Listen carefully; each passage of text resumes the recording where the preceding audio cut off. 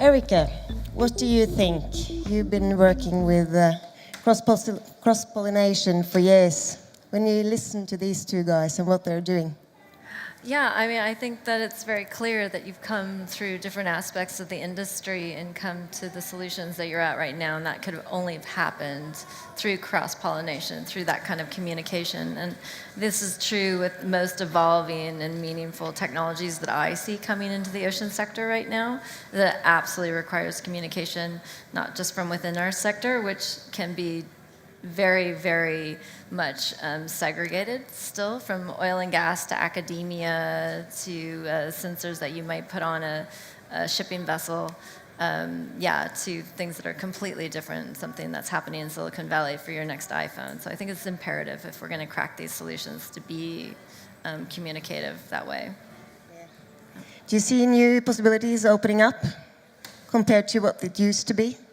I think it's just the same in all sectors right now, the miniaturization of things.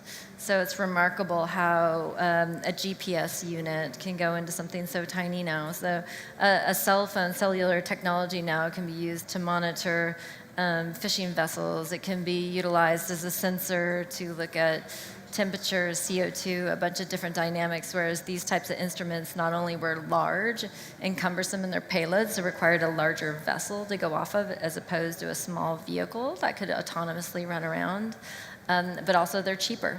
So it's a lot of the same types of tools and technologies we use on land here that are enabling us to do things cheaper and with more units. Okay. What were you thinking, listening to each other? Have you got any questions? I actually have one question, because I think for being Norwegian, I'm the only Norwegian except for Rebecca on stage, we have a feeling that we've been innovating in the ocean space for thousands of years, like since the Viking ships. And I can even feel interest from Silicon Valley, and there's a lot of people interested in that space right now. But there also might be some, vanity in that we believe that, this could be the blue Silicon Valley. What's your take on the strategic possibilities from a kind of Norwegian Nordic ecosystem point of view? What's your cynical, analytical view of our potential? I have no issue giving my cynical view, and I do it often. I actually do have a lot of issues, and it's a complex situation to navigate because there are all these technologies available in Silicon Valley or other areas of rapidly developing technologies with AI, autonomy, all these sorts of systems. Most of them do not have expertise within the ocean sector. So not only is it a matter of educating them about that sector, but also educating them about the factors involved, that the most important component of doing something meaningful in the ocean may not be the sexiest one. So it may not be tagging sharks, although are important for certain things, but other things really down in the weeds. And you're right, the Nordic countries do have a very long history in understanding how the oceans work, and I think that's why, at least for me, it's very important to talk to fishermen when we're looking at sustainable technologies in certain parts of the sector. Educating the venture capital world of the Silicon Valley has proved to be a little bit more of a challenge, but one I think you should continue fighting on, and perhaps looking at rather innovative ways, such as something like this, where you bring in different ways of having the communication and conversation, but still making that conversation very meaningful and articulated in what actually needs to happen. It's not just about wearing fancy pants and drinking beer, which I've enjoyed both of today, thank you. But also the fact that we're talking about solutions and how those solutions can be integrated between these communities. Yeah. You were talking about being clear, Ben, that you needed things to be very clear so that you didn't have any kind of misunderstandings when you were cooperating across different disciplines. Can you elaborate on that in relation to this? Yeah, of course. So being clear in a situation where we are transferring new technologies and sort of this cross-industry sector we found to be extremely important. What we found on the restaurant project was just misunderstanding, miscommunication. There was a lot of ambiguity, for example. So it's extremely important to, in more cases than when you're just in your own industry, to really just put everything on the table Just be completely honest and assume that they don't know. And that's what we had to do. So basically, we had to take everything down to grassroots. And you know, like they say, if you can't explain it to a two-year-old, then you don't know it well enough. And we actually found that some of the cases we didn't know it well enough. So we had to sort of take it back that way ourselves. So yeah, that was a big eye-opener. How about impact investment? How does that influence on this whole picture when it comes to different people using their own knowledge and then some people coming and investing? Does that influence the processes? Just one take. I love the term impact investing, but I think sometimes it gets in the way because it becomes a do-good project. I truly believe that investing sustainably is also a very profitable way of doing it. So I think it's important to look at the long-term value creation potential of at least what we're talking about here, and make sure that the most conservative investors don't get the impact filter wrong, because it's not a CSR project. It's also good, but I honestly believe that investing sustainably is the best way to also create growth in the future. Yeah, I completely agree with that. Yeah. How about you, Erika? Yeah, I think you have to be really clear, because impact investment is a very ambiguous statement. And so you can impact invest by giving a grant, or you can impact invest by putting a large sum of money out as a venture capital. So I think it's very important to have that clear communication with the people that you're talking about doing and entering this investment with. What does impact investment mean to you, to both parties? And once you get through those blurry lines, then I think it becomes much more clear. And I do think that impact investment has a lot of places in a lot of different areas. It's just which part of impact investment. And I think the thing I see the most, at least in the world I'm coming from in the States, is that there's a lot of younger people wanting to put their family money towards something meaningful. And so if you can explain to these different groups that are doing the investments for them sort of the risk assessment and the returns, then that makes them feel more comfortable and gives them the reward of feeling that they're investing in something real. And then the onus on us, which I feel is equally we're responsible for, is being honest about what that technology is going to do. It's not just the warm fuzzies, like what is the difference and what is the ROI on this technology, and accepting that for ourselves too. Yeah. You introduced an internal, not an accelerator, but kind of process after you've now have worked with your first project. How is that going to influence on things, making things work across disciplines? Yeah. So actually, that sort of internal incubator came around from our lessons with the restaurant project, but mostly also it was something that we wanted to do. It was, we don't have capital to be able to invest, but we want to technically invest with our skills. So that was something that came around, and what we actually saw was this great need for it. Like I said, with all of these startups that have come out of oil and gas, and all of these engineers that are now around. We saw this need, but they don't have access to a large pool of engineers and technical resources. And within the short space of 3 months, we've now got 4 projects that we're working on. In this sort of internal incubator zone, I guess you could call it, to put a name on it. But yeah, it's been a bit of a transformation internally for sure. Can I ask you a question? Because I wonder, you kind of work with the big, wealthy but a bit conservative operations and the user interface to the new ideas, new technology. How do you see that progressing? How do you see that working better together so the big thing doesn't slow the new thing down, but also that the new thing doesn't fool the big thing to do stupid things that they're not built for? You know what I'm getting at? Where do you see that cooperation between old legacy enterprises and new startup technology environments work better together?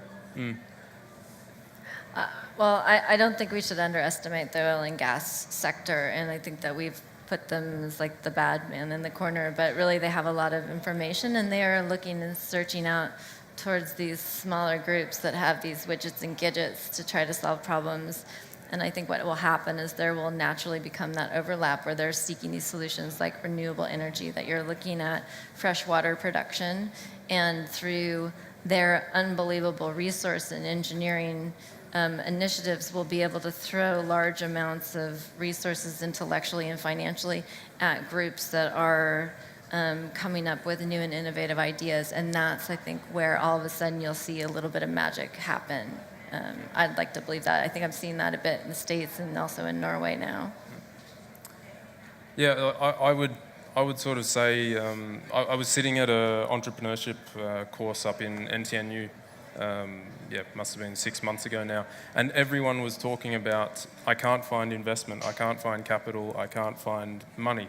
I don't really think that's one of the main issues. I think we need to be concentrating on the technical skills and being able to transfer these technical skills around. It's obviously something that I'm focusing on, but I really don't see the capital as being the main point. There's so many, especially in the ocean sector, these startups that are highly technical, and let's be honest, the ocean is a really dangerous place, heavy place to be, and they really need that technical support. Thanks. How can we make sure that new developments do not just make new problems and new challenges to the ocean? How can we ensure that we produce good startups that is actually taking care of the ocean in the future?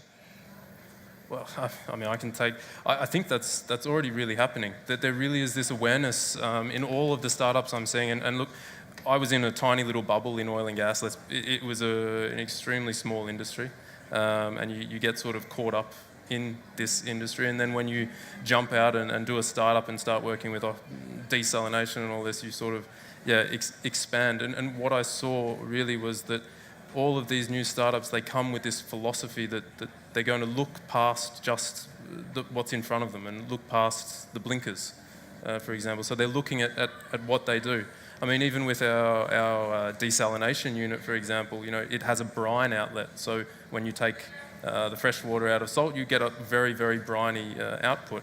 And they already thought about how and where they were going to put the desalination unit so that it was taken away by the currents.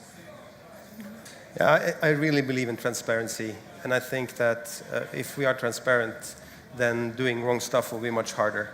And that's why I think that it's important. That's the thought behind this naivistic Kraken thing is there's a lot of data and information we can share that is not business sensitive at all, but still people, like the data is the new oil and we're going to keep it for ourselves. And they're doing that in the North Sea right now. They're building separate silos, and I don't think they should be allowed. I think there's kind of payback to the common system of information so that we actually know what's going on. It's the same thing with the digitizing cities. We can't have technology companies extracting data and value without giving something back. There must be much more transparency, and it's the exact same thing about if you're going to operate in the sea, in the ocean, you need to share the data that actually gives the control to make sure that we don't do more wrong stuff because we have done so much wrong until now. Yeah, I think ultimately this system will force the solution. Based on a sustainability standpoint, we have forced so many things to the edge, and we really are at a breaking point with many of them, but we are coming up with solutions that whether or not people want to adopt them or not, at one point they will be forced to look for a sustainable solution. And hopefully we will have fostered enough of those new technologies to be available when needed, which is now.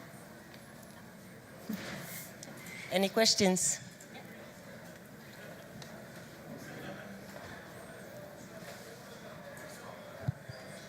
Can you hear me? Yes. Cool. First, I'd like to say how happy I am to see this. I grew up in the Bahamas, so, I've grown up on beaches where I used to walk and the water was at my ankles, and now we have to swim out. I've seen water rise, I've seen coral reefs die, I've seen fish disappear. I'm a spearfisher as well. So, I say that because I'm super excited to see this. I'm very happy to see this. And about what you said about the data. Islands, low islands like myself in the Bahamas and Maldives. Can you speak a bit louder? Thank you. Is this better? Yeah, perfect. Sweet, thank you. About the data and about the contribution of data back to causes that make sense.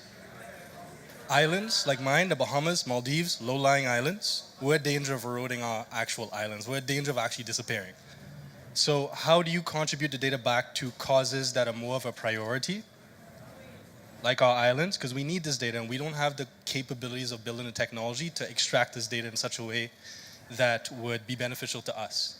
So how do you build policies around data ownership, data extraction, that prioritize causes that need to be prioritized and need the data more than other people might? So how do you build data practices around that?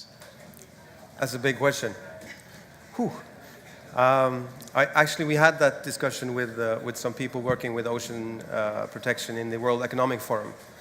We can talk about this all night, but I think one important thing is, firstly, to gather data where there's a lot of activity is not very hard. What is hard is to gather data where there's not a lot of activity. So at some point, there's not commercially viable to do all this just by putting sensors on the ships or whatever's already there. We have to send autonomous drones and stuff and do expensive things that's only to protect, not to commercialize. So that's probably will be much closer private-public partnership, but at global scale, because the ocean doesn't stay around Norway. It travels, right? So it's the only thing we don't own and control. We try to control it and own it, but we don't.